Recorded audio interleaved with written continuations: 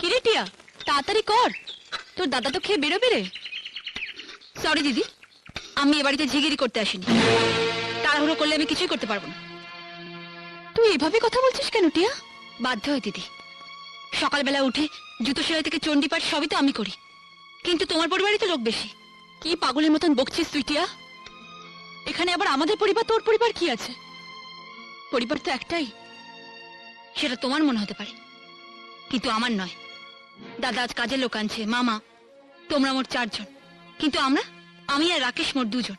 আমাদের নিজেদের সংসার হলে কি আমাকে এত কাজ করতে হবে? টিয়া, কি হয়েছে তোর?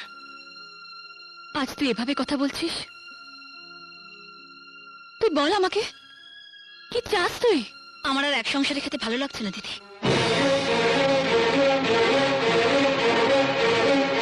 আজ আমি একা, কিন্তু ভবিষ্যতে আমার সন্তান হবে, তার জন্য সঞ্চয় চাই। রাকেশ যা রোজগার করে তার পুরোটাই দাদার হাতে তুলে দেয়। একবার ভাবো, আমাদের তো একটা ভবিষ্যৎ আছে।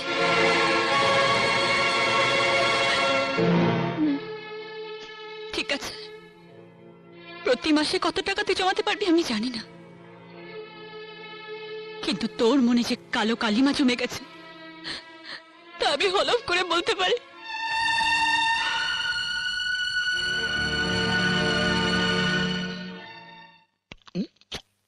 মাংসটা যা হয়েছে না একেবারে মক্ষম হয়েছে।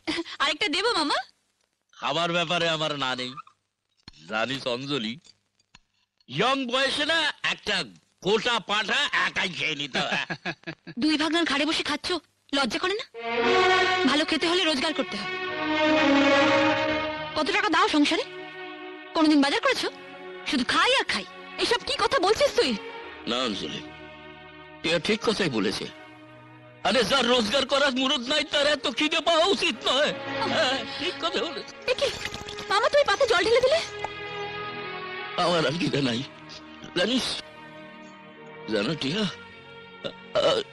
অনেকদিন ধরে ভাবতাম এই খিদে কামানোর ওষুধটা কোথা পাওয়া যায়।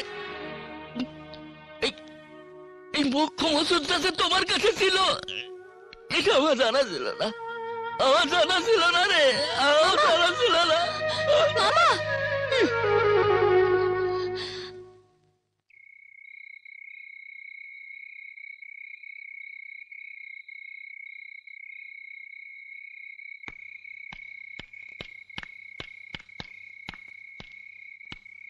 তুমি আমায় ডেকেছো দাদা?